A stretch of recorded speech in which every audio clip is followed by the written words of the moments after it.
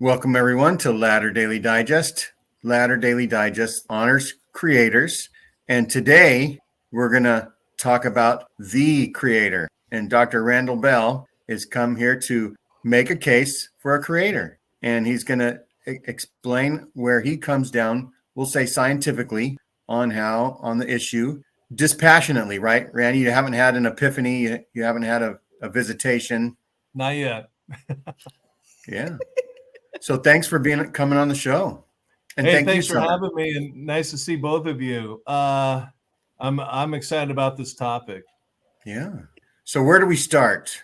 Is there like a summation in the beginning, and then you lay it out, and then you finish it with wrapping everything up? Or I got tons of notes. I spent most of yesterday putting together notes that I had put together when Mormonism blew up on me, and I kind of got them organized so I can just kind of go. And then if you, have a comment or a criticism or a compliment or a question, anything that starts with a C, just, break in and let's have a conversation. That's right. I have a CUESTION right now. Or no, Q.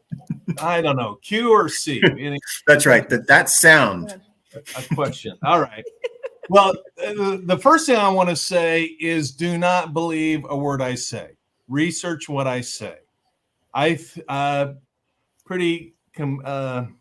know my intentions. My intentions are to tell the truth and share what I've researched, but I would not say to believe a word I say. Do the research. And the second thing is a quote that actually RFM reminded me of. And it is from Aristotle. It is the mark of an educated mind to be able to entertain a thought without accepting it. So we have different points of view here. And according to Aristotle, an educated mind is able to entertain and discuss various positions without throwing furniture and getting upset and everything. So, and on the question of God versus no God, there's no proof. Let's just put that aside right away. I'm not going to offer any kind of proof. I'm just going to tell you my journey that worked for me, what research I did, and why I came to the conclusions I came to. And the quest is not so much for proof, because nobody knows for sure if they're honest. The quest is for the best evidentiary value. Let's look at the evidence and see where it tells us. Now, sometimes I hear people say there's no evidence for God. That's utter nonsense. Even an educated atheist will say that that's nonsense. Excuse me, there's plenty of evidence. The question is if it's compelling evidence or not. Okay? And I work in the courtroom a lot as an expert witness, and I'm very accustomed to the courtroom rules of evidence. So I'm going to probably intertwine some of that as we go. And there's a burden of proof. There's kind of an I don't know meter that swings both ways. And there's different categories. The people that know absolutely for sure anything are called Gnostic, okay? And the people that have nothing but questions are agnostic. They're the opposite, okay? So there's Gnostic and agnostic. Excuse me. And I'll just tell you right now that when the Mormon church blew up, for me, I went from Gnostic to agnostic. I thought I knew everything. My whole worldview was clearly defined. Everything exploded. That's a different episode. And I went to agnostic, and I did my best to wipe the slate clean and start from the rubble and build up from there. Okay. Now, between Gnostic and agnostic, you have theist. That's somebody that does believe in God. Theist believes in God and religion, that there's some kind of intervention or connection with God. And there's also deist. A deist essentially believes that there's a higher creative force, but there's no interaction with mankind. Okay. And so they're not really religious, but yeah, there's something out there. That tends to be more of a deist point of view. And maybe there are other positions, but those are the ones that I've heard of. And people should kind of know of these various categories. The idea is not to slap labels on everyone, but that's kind of the spectrum of belief. Does that make sense so far? Yeah. In history, are there some famous deists like Thomas Jefferson? Yeah, Thomas Jefferson's the first one that comes to mind. You go to DC and you go to the gift shops and you buy the Jefferson Bible, and it's basically the New Testament minus all the miracles. Okay. Oh, wow. So in other words, Jefferson loved the teachings of Jesus, but he didn't go with the miracles or the resurrection. That's a deist. Okay. Great question. So, and would theists kind of be along the lines of mythology, like Greek mythology and Hinduism, where they believe that there is something above, but we also have a connection? That's a good question. Yeah, great question. One thing let me answer it this way. And I know how this might come off, but it's just the truth. When things exploded for me, I became agnostic. And I had the privilege of going to India, to Egypt with Islam. India, I studied Hinduism, and I studied Buddhism. In Egypt and Jordan and Israel, I studied Judaism and Islam. Of course, and I also this is going to rub some people the wrong way, and I apologize, but it's just how I feel. I thought I understood Christianity, mainstream Christianity, growing up Mormon, but I really didn't. And there are some very fundamental differences to the nature of God. The Christian version of God is an intelligent creative force that pre-existed time, space, and matter. And that God came to earth in human form as Jesus. That's the Christian mainstream God. The Mormon God is very different. Mormon God is a resurrected man that lives on a planet near Kolob. This is right on the Doctrine and Covenants, presumably with a wife, or presumably lots of wives. And there are other gods. There's a pantheon of gods. Okay, it's more of honestly, it's kind of Greek mythology. Greek mythology has a very similar viewpoint to the Mormon God. Mormonism. Okay. Wow. So when it came to Christianity, I called up some Christian friends of mine that I've been debating for years and never really listening to what they said. And I said, okay, I'm going to sit down and listen to you. And then with a new frame of mind, they started sharing a lot of things. But getting back to the question of God, my thinking has evolved over time, but in my mind, it is strictly a scientific question. It is not a religious question. And that's where I think a lot of people get tripped up. It's just simply a matter of, hey, we're sitting here talking. We obviously have consciousness. We obviously have a planet. We have a universe. We have a moon. We have a solar system.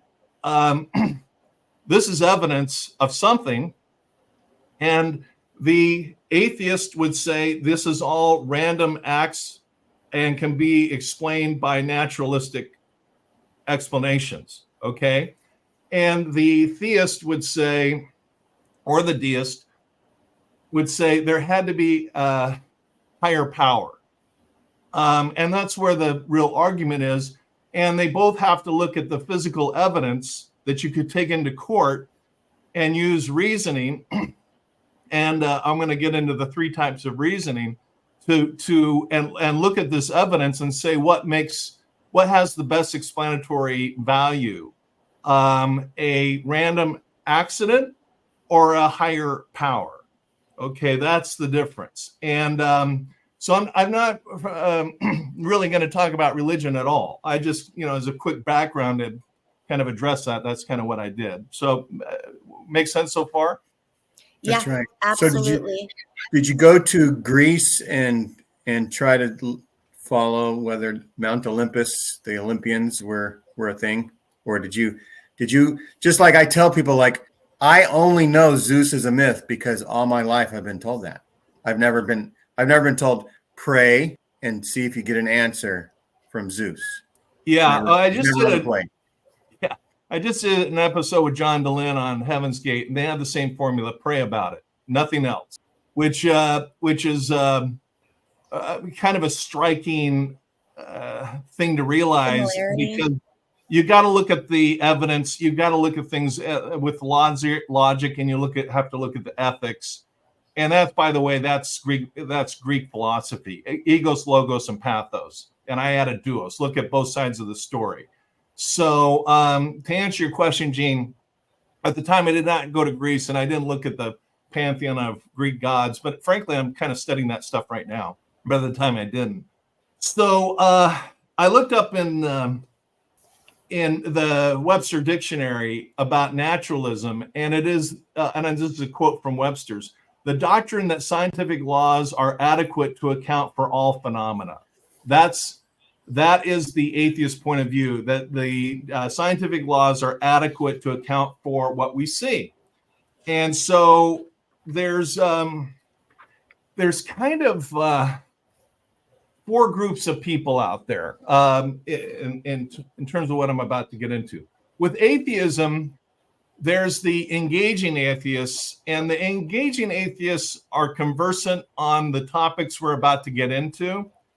And they're well-read, they're well-educated on these topics, and they also tend to be pretty thoughtful.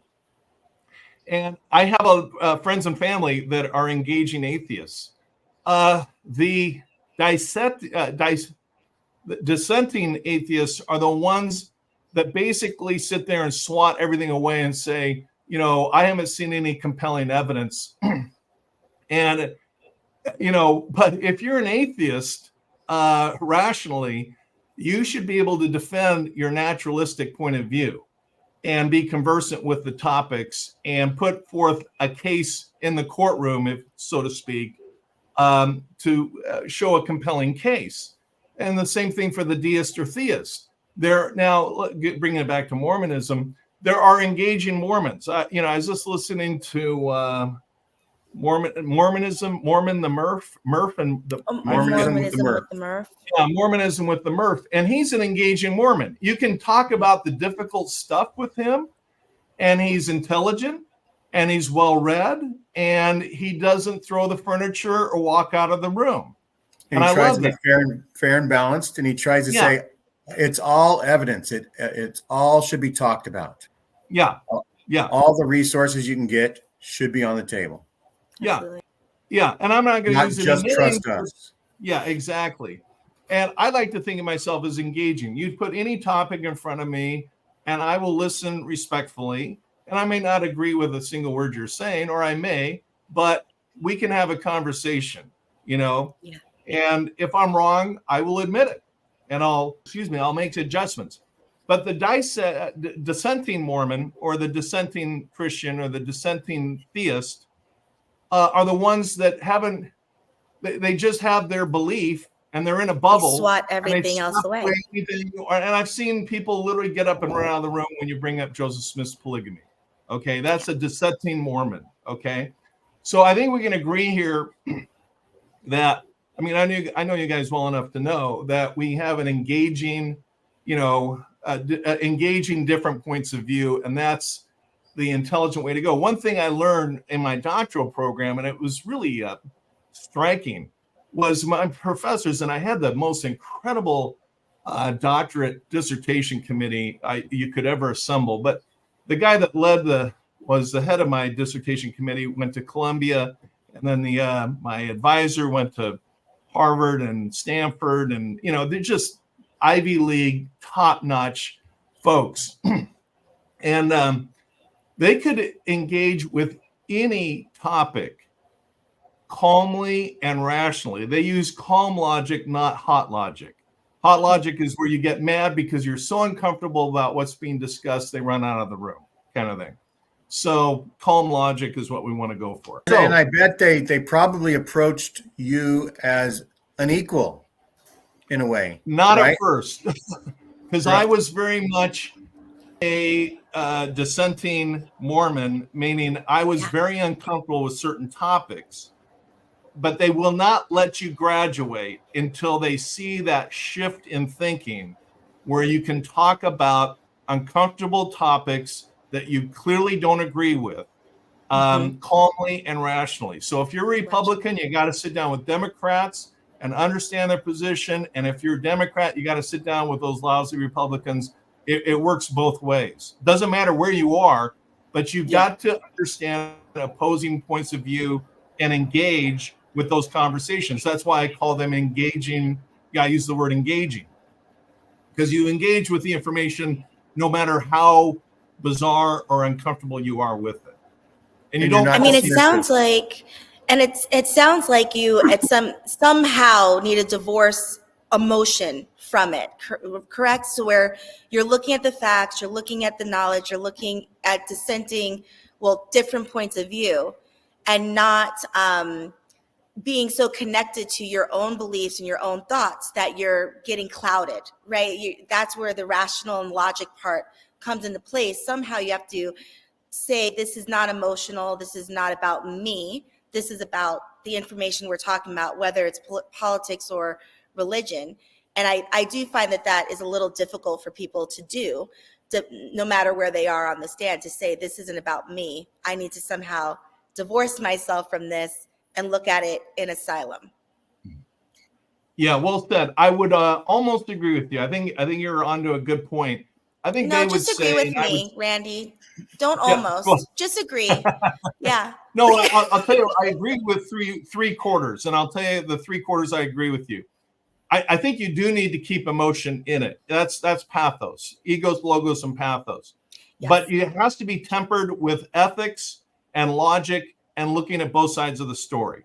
So when you have all four, which includes emotion, I mean, we're feeling creatures. I mean, as humans, we feel. So I don't want to sterilize the whole conversation and pretend we don't have emotion, because we do. But it's got to be tempered with these other things. Does that make sense? Yeah, no, that I agree with you on that one. When I want to get into your outline of what we're going to discuss, but if you could also kind of touch on how you were able to take away the confirmation bias. I know you were talking about kind of in a legal courtroom and things like that. I do find that it is very difficult. Well, let me just back up. You were talking about how you went back to your Christian friends and were able to have this discussion once you took I'm a Mormon out of it, right? To say why is it that you don't consider Mormons or LDS people Christian?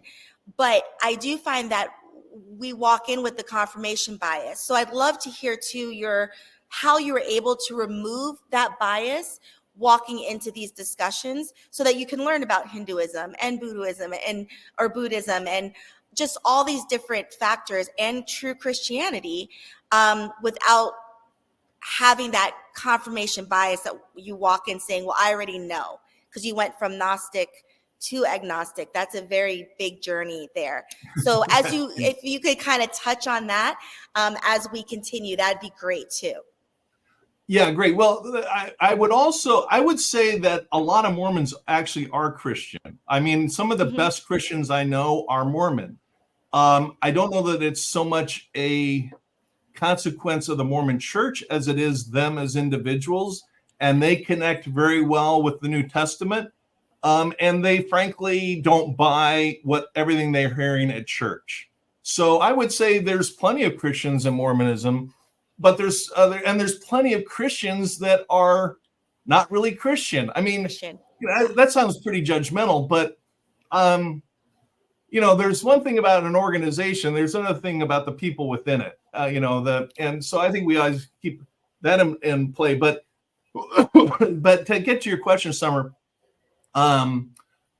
The bias thing, we all have a bias. That's one thing you learn in the doctoral program, is you got to identify your bias or biases. There's usually more than one. And it's more a matter of recognizing it, admitting it, and managing it as you go through your research. So, when I went to India, I think I've been there a couple times now. I'm hearing this stuff for the first time. Hinduism, I had no idea. First time I sat down with a Islam guy and spent a week with him touring, Israel and Jordan. he explained his whole Islam faith, which frankly I was profoundly ignorant about.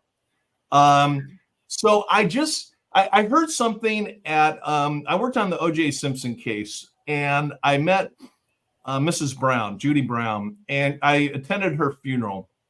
And she said something so profound. She said, and you felt this when you were in her kitchen at her kitchen table. She was not judgmental. She said, I down and listen to people, not to judge, but to understand.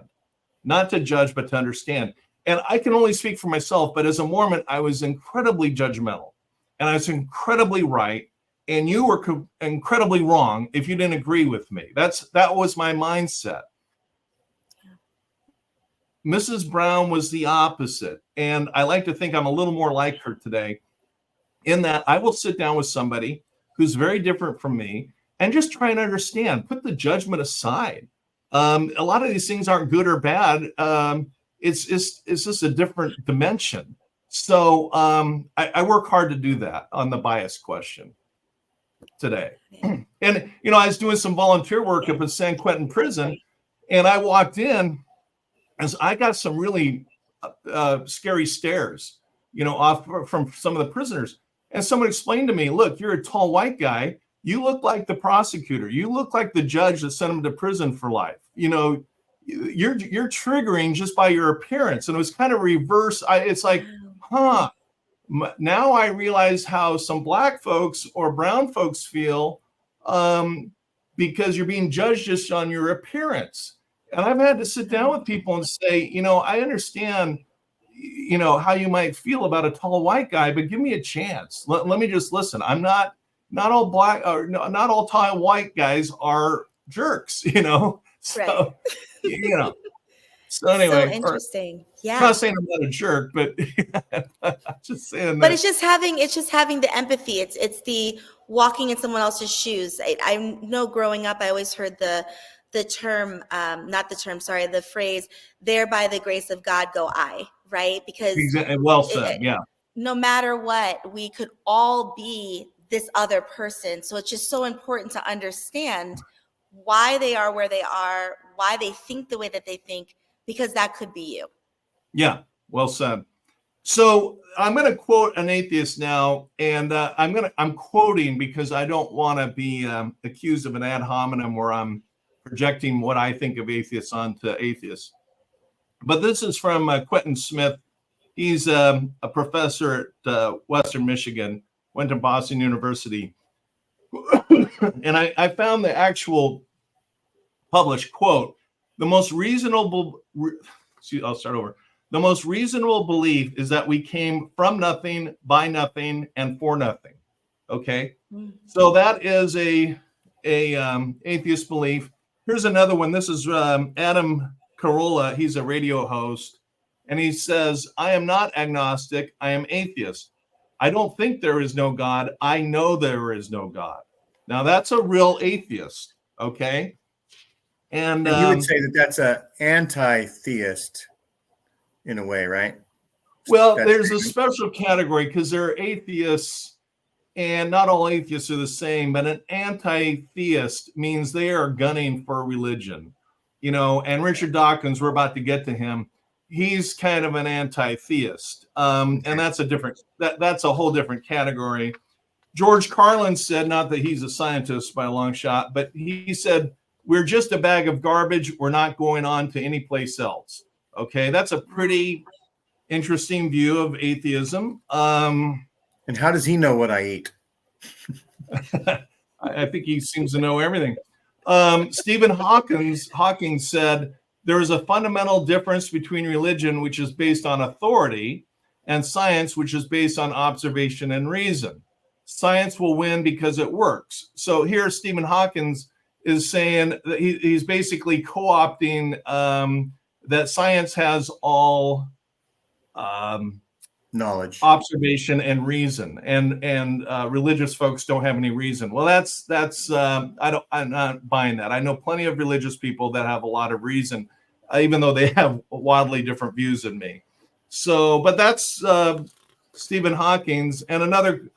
So now I want to get into the four main atheists, which are Dawkins, Dennett, Harris, and Hitchens. Okay, so if you're a deist or a theist, I think to transition from a dissenting deist or theist to an engaging deist or theist, you got to pick up the books written by Dawkins and Harris and Hitchens and Dennett and read them. And that's what I did. And I was, honestly, coming from Mormonism, when I went on to Amazon and I looked up the books and put them all in my cart and I was going to hit the, buy button, I felt nervous because I thought, my whole bias for there being a God would be blown up. But I went ahead and bought them. And Richard Dawkins, these are quotes from him. He says, I am against religion because it teaches us to be satisfied with not understanding the world. Well, we're going to get into some statistics that actually blow up that point of view.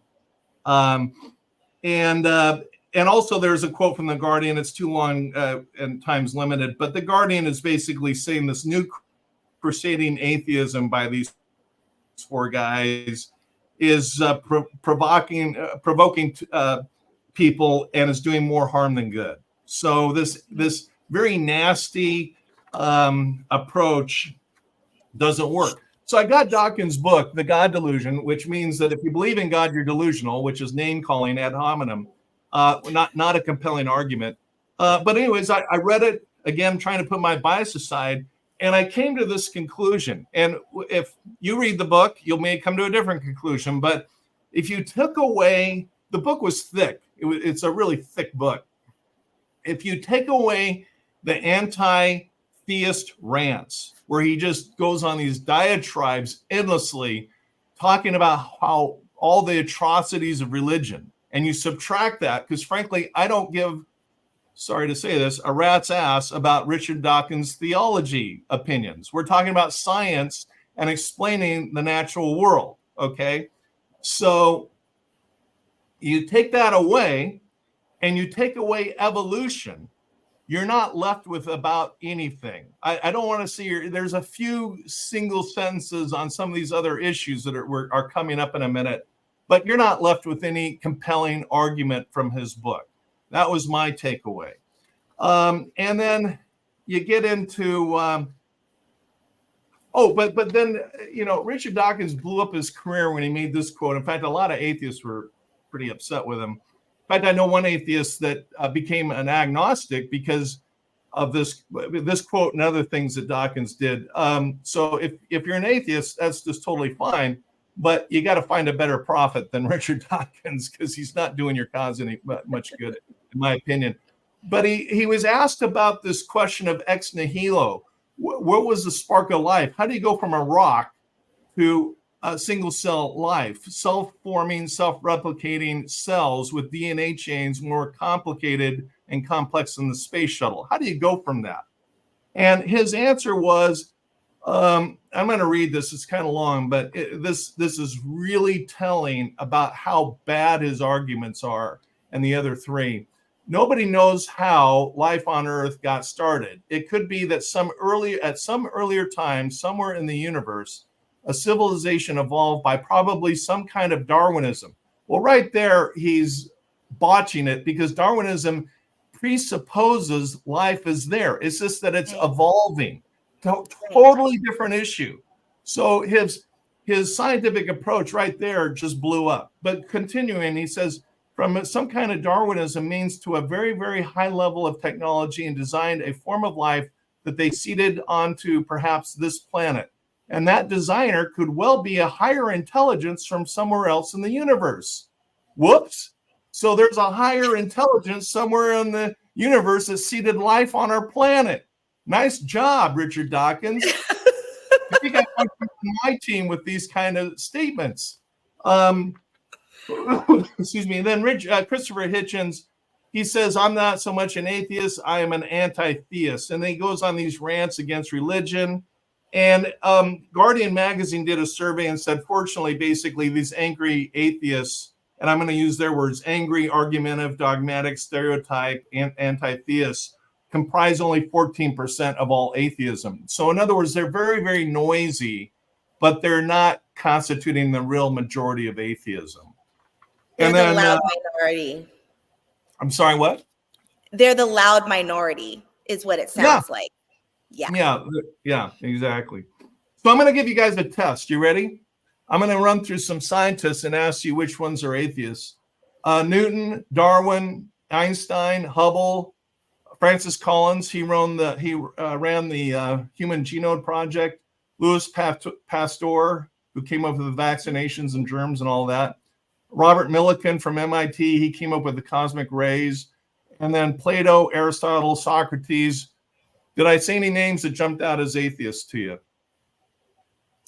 I would assume Darwin, because he is the father of evolution, and a lot of atheists, believe in evolution. So I would assume Darwin.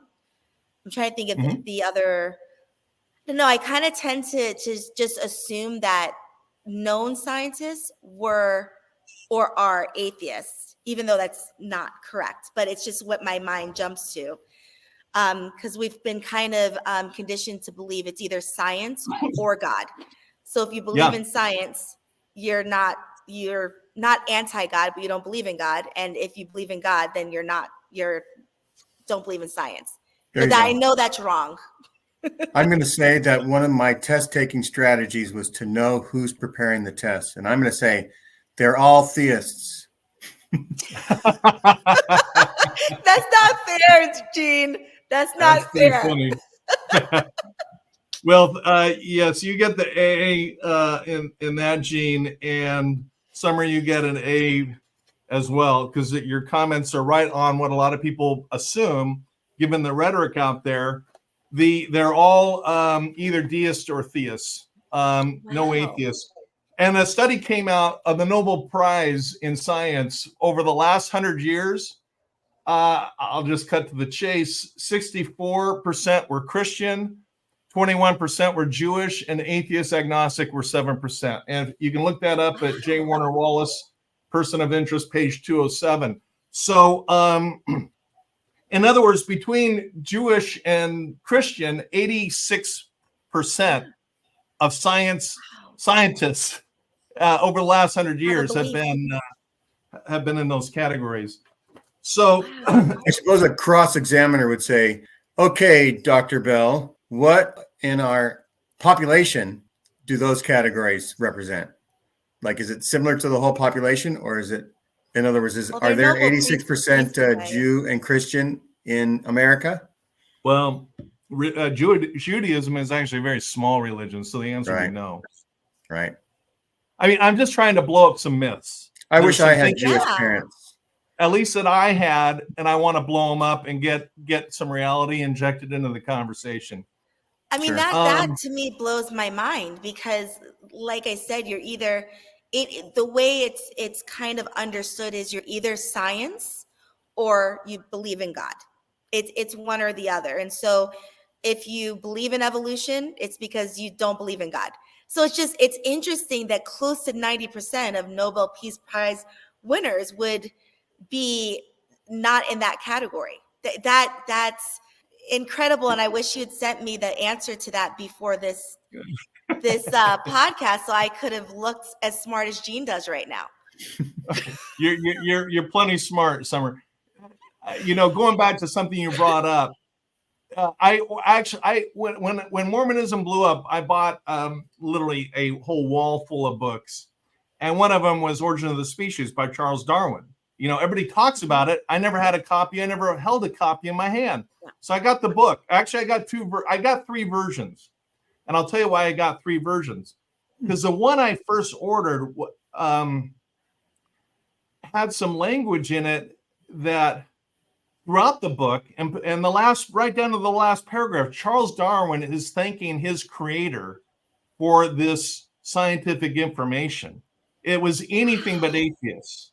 It blew my mind. Then I bought another copy, and I said, this is an older copy. I wonder if it's changed, because he died. I got a copy printed after he died, and that had all been edited out.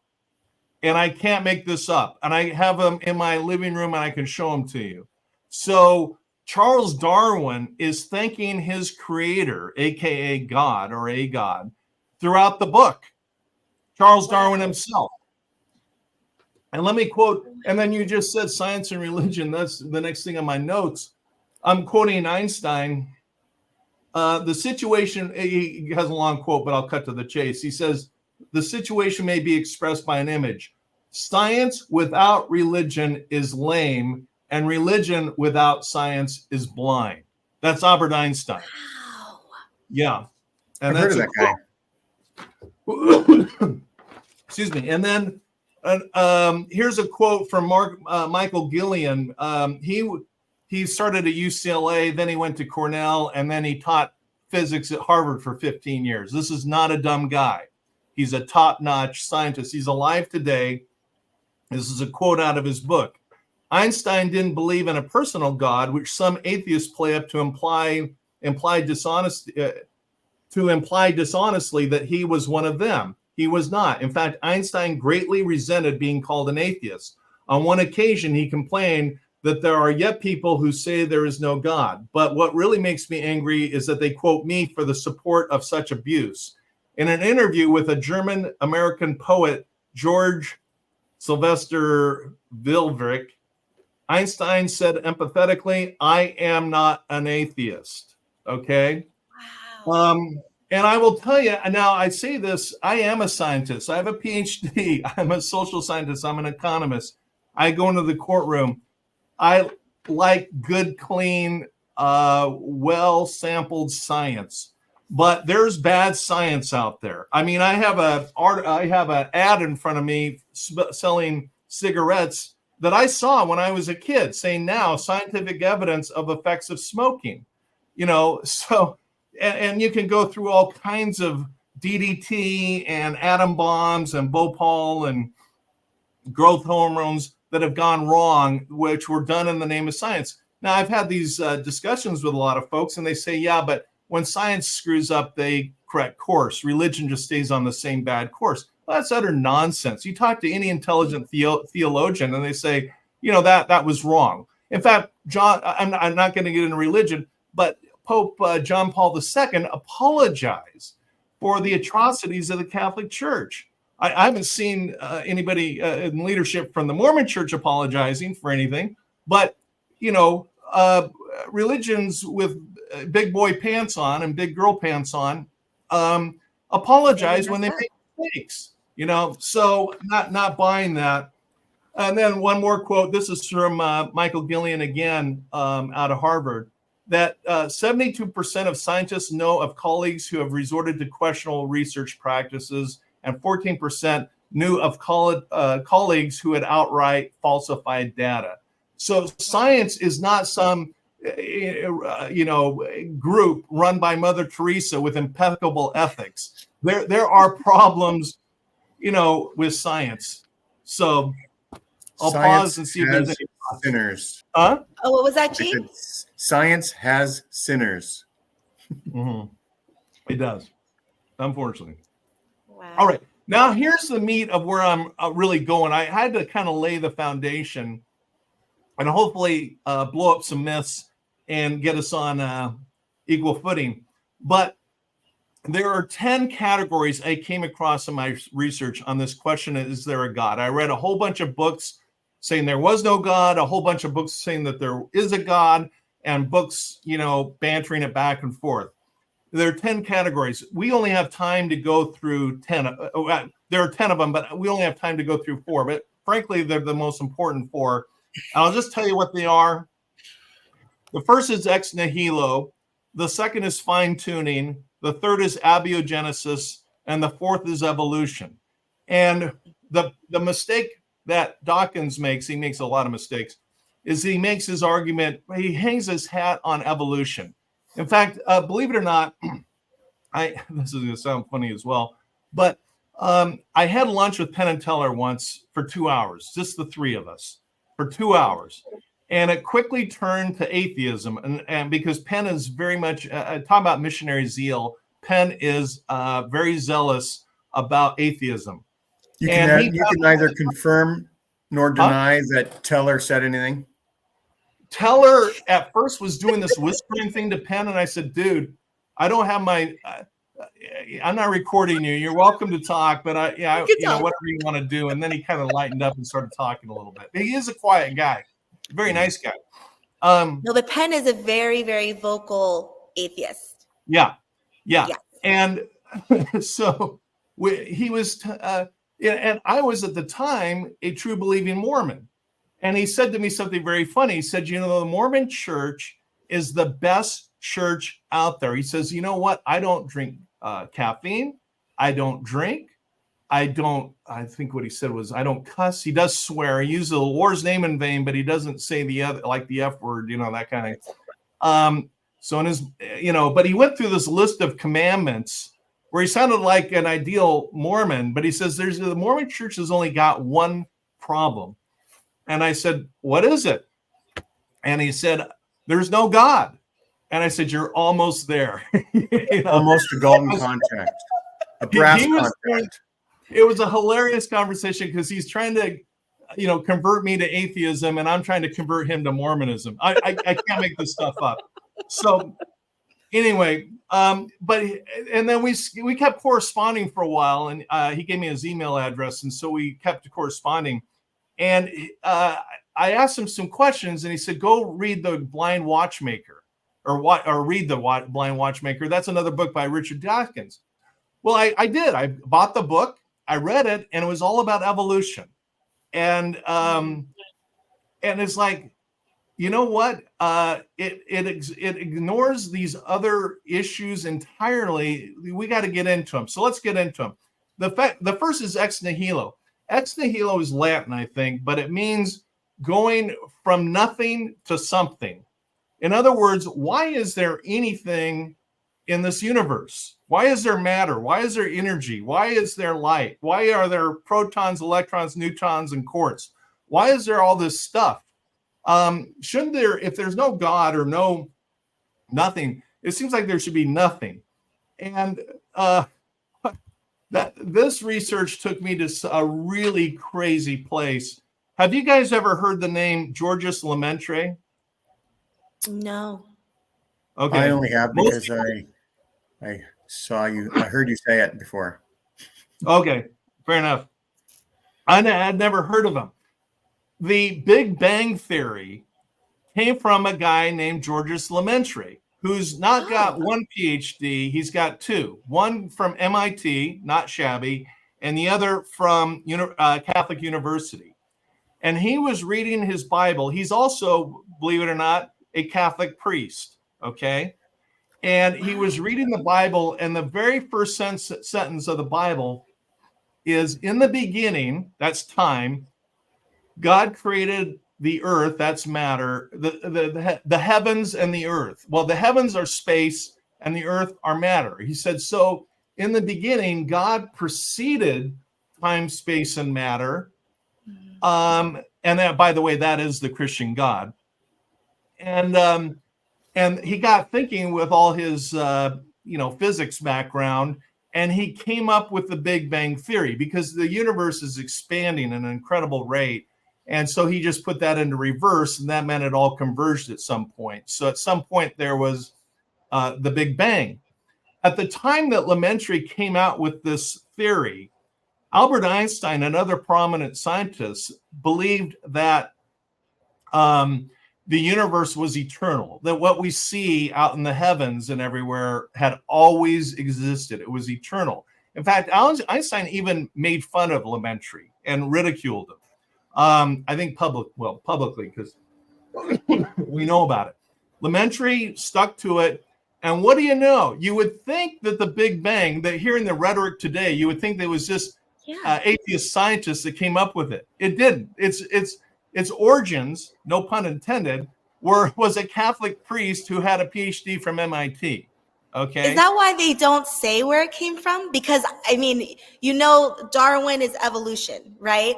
I have never heard where the Big Bang Theory came from, but I feel like everyone knows what the Big Bang Theory is somewhat. So is that because they don't want to tie it to the fact that the origins may come from a religious person? I don't know their motives, but that's a valid question. And That's so it's interesting. bizarre. We don't know. We know who came up with the theory of relativity and all kinds of things, but you're right. The general public doesn't know who came up with the Big Bang. It was Georges Lemaitre. Look it up. Lemaitre.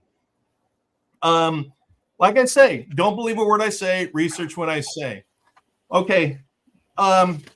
So the question is, the atheist has to explain how we went from nothing to something, because clearly if you buy into the Big Bang theory, and frankly I do, you've got to explain cause and effect. You got to explain how that happened.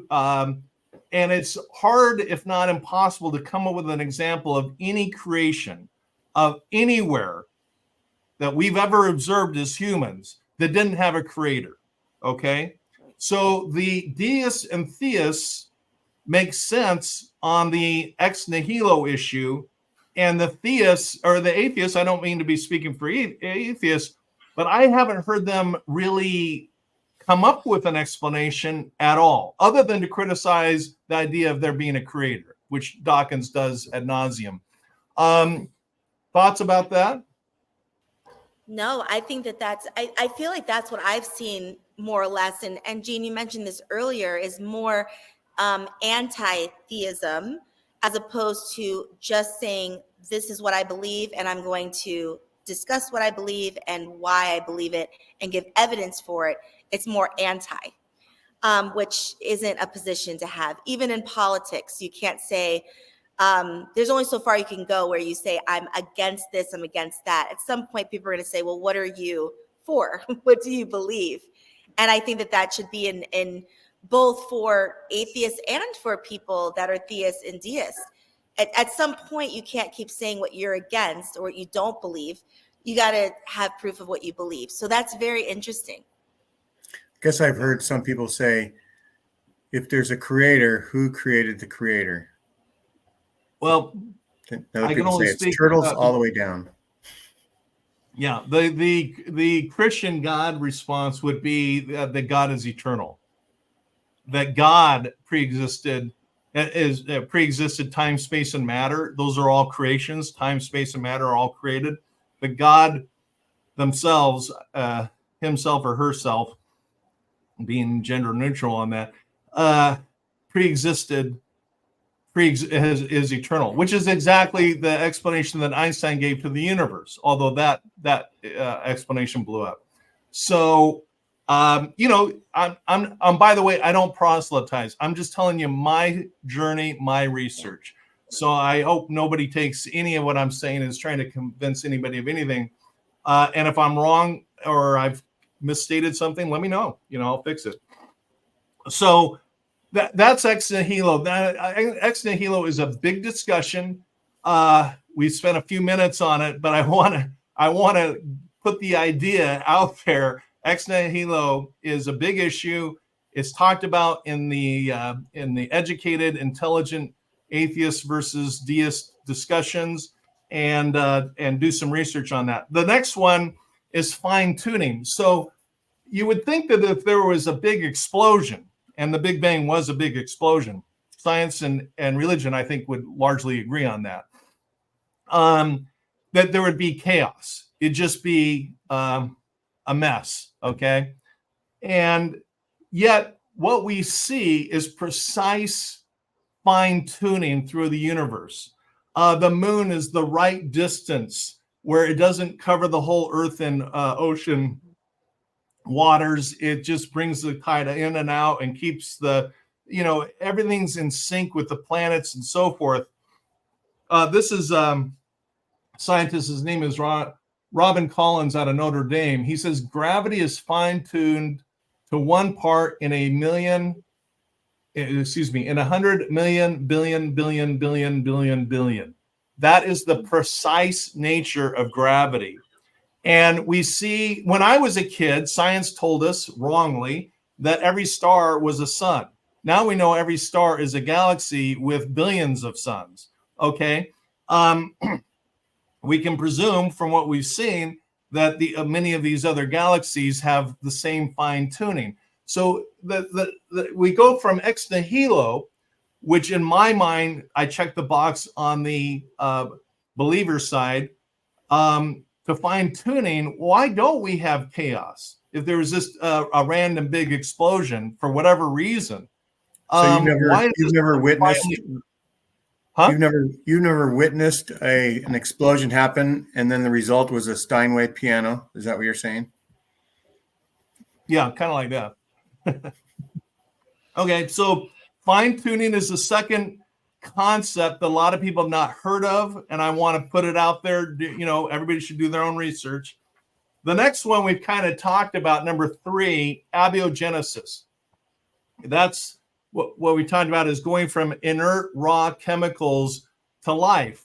This one to me is the knockout punch. Forget evolution. I'll just, spoiler alert, I'm going to give evolution to the atheists. Okay, so it's off the table. Atheists, you got evolution. I don't really have a problem with atheism, or excuse me, I don't have a problem with atheism as long as they're intelligent. And I don't have a problem with evolution. And the reason why, Francis Collins, who started off as an atheist, got in the Human Genome Project we're about to talk about with abiogenesis. He has a PhD in Yale in medical research or something, and an MD from Yale. He has an MD and a PhD. This is not a dumb guy. He ran the Institutes of Health in Washington, D.C. He controlled a $40 billion a year budget. This is a Francis Collins is the guy that President Clinton introduced when the Human Genome Project was being announced. He ran the show. Okay, this is a really incredibly brilliant scientist who's still alive today. In my personal opinion, he's the brightest scientist alive. He started off as an atheist, then he got in the human genome, and he saw the evidence I'm about to show you, and guess what? Today he's a Christian, okay? And there's a bunch of these guys I'm about to tell you about who started off as atheists, top scientists that ended up as theists of some kind or another. A single cell, let me find my... So, Summer, you can get this test question right by saying they all become Christian. They don't all. No, I'm not going to overstate. But he did. Okay. And I'll have to say one thing. It's nice to have a big project like that named after me. That's makes me feel good. Yeah, Gene. So really fast, Randy, before you move to this next one, I had a quick question with fine tuning.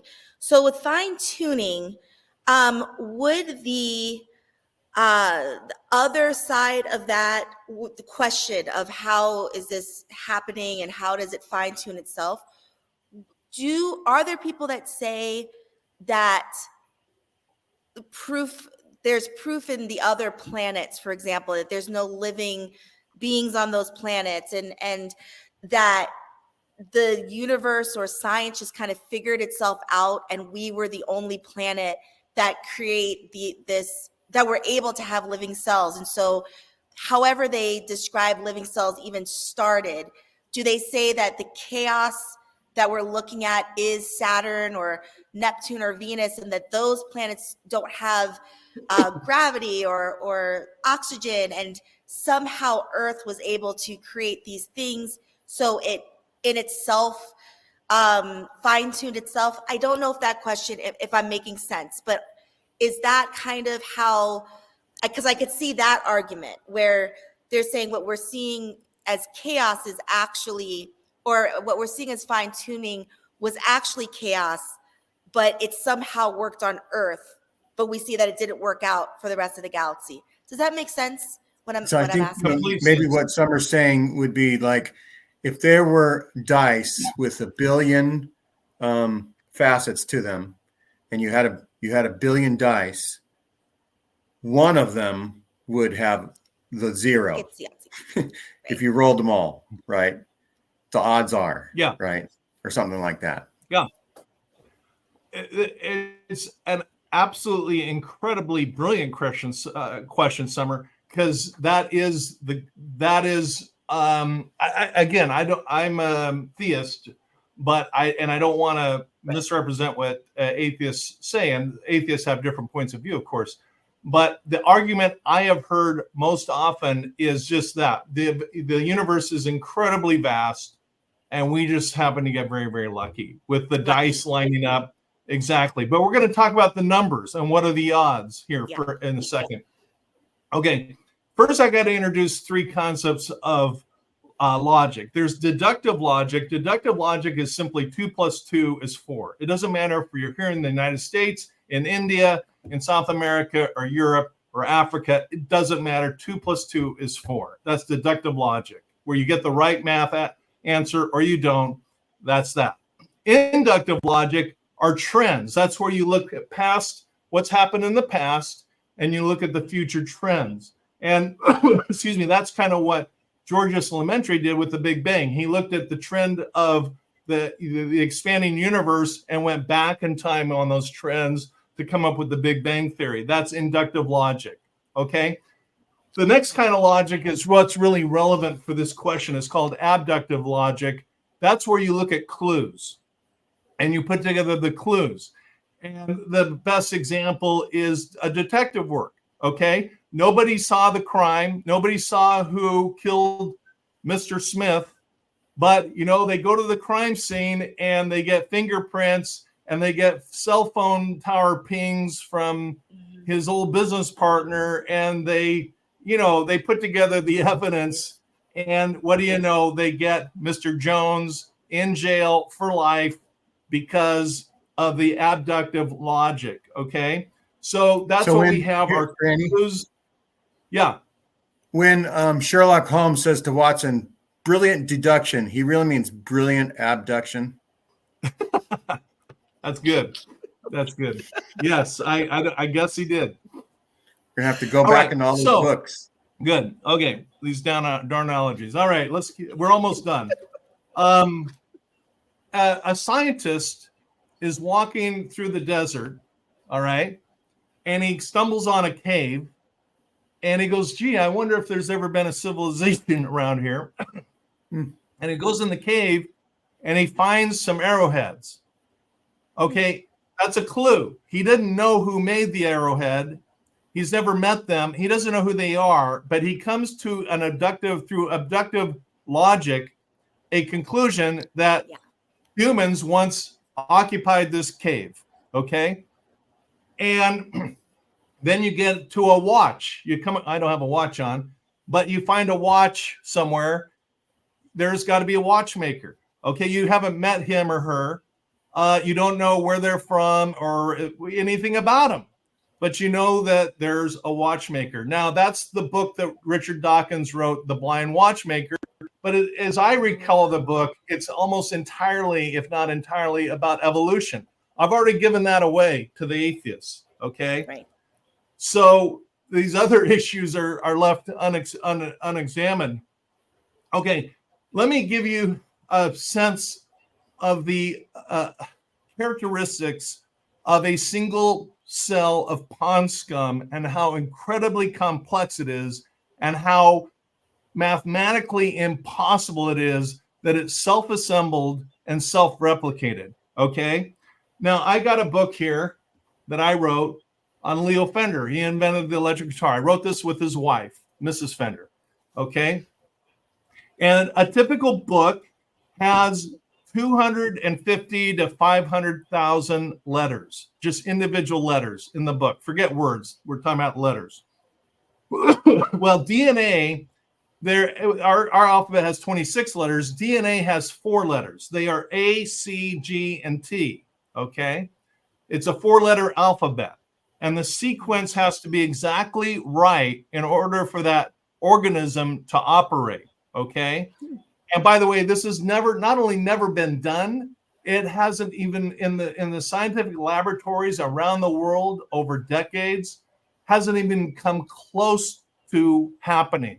And by the way, in the courtroom, the jury instruction is you go with the evidence today. You don't speculate about the future. Okay. So let's go with the evidence today. And keep going.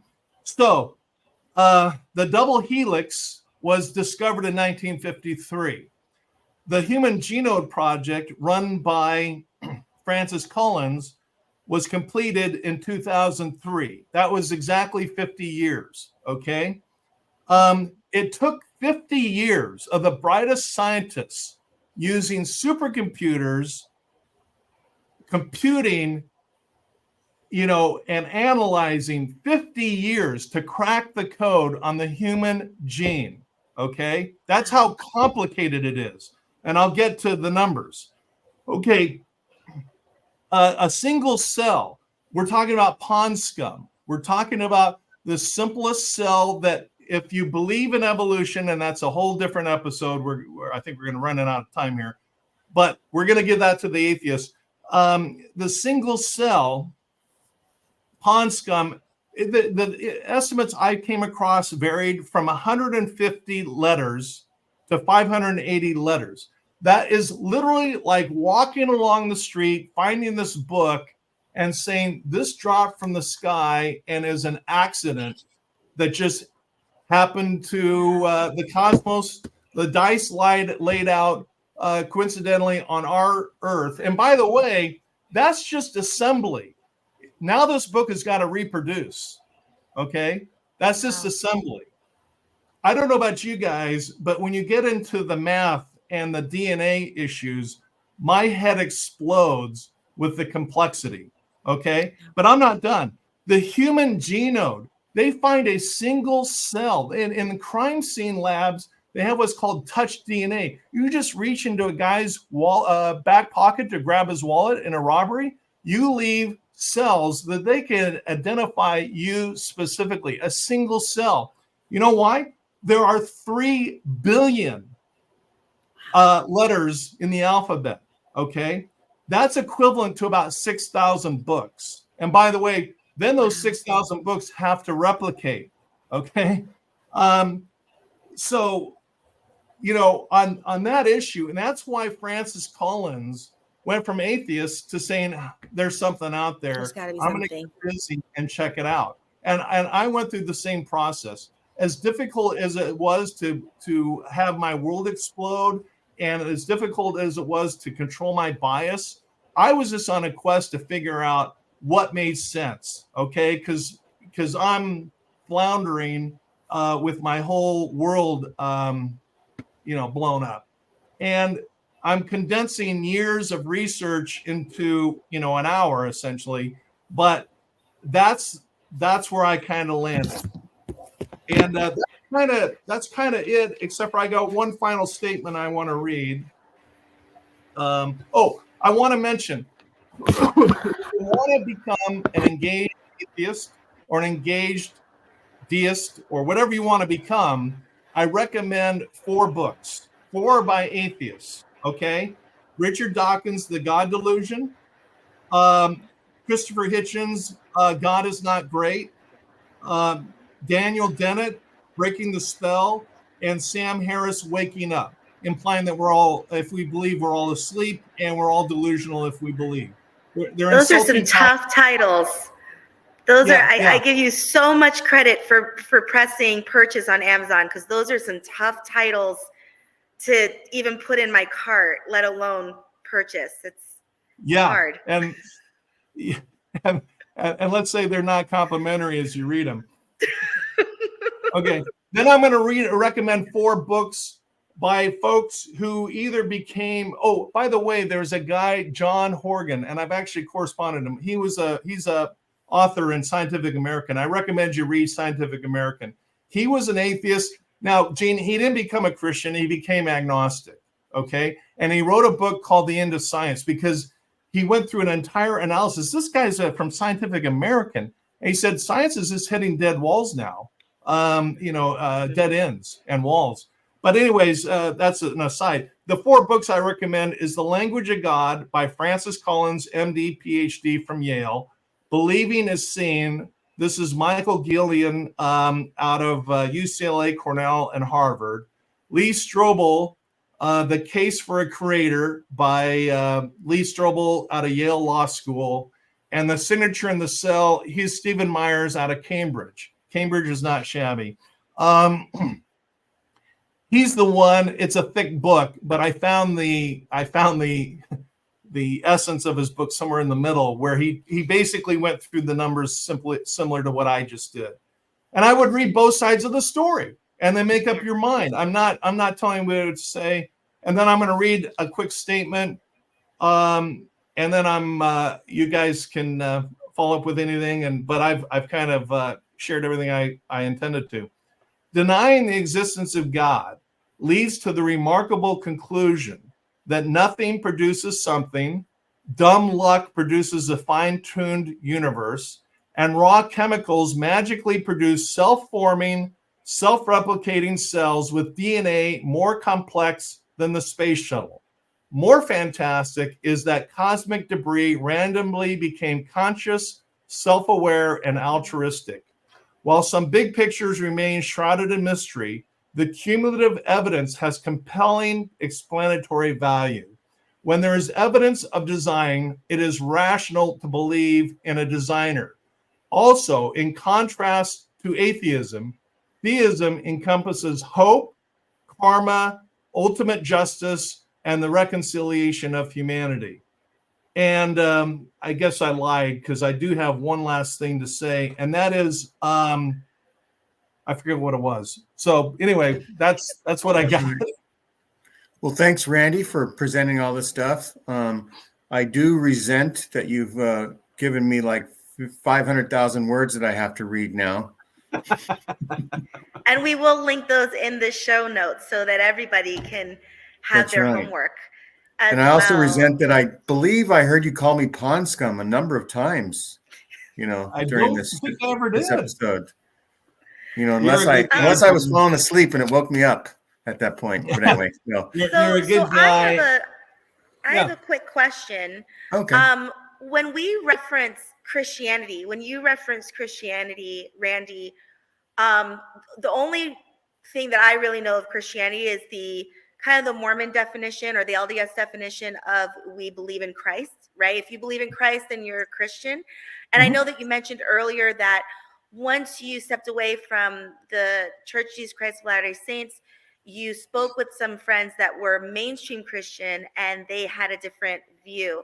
So when you say that these other people that we've mentioned, they joined Christianity, what is the definition that you're using for Christianity in general?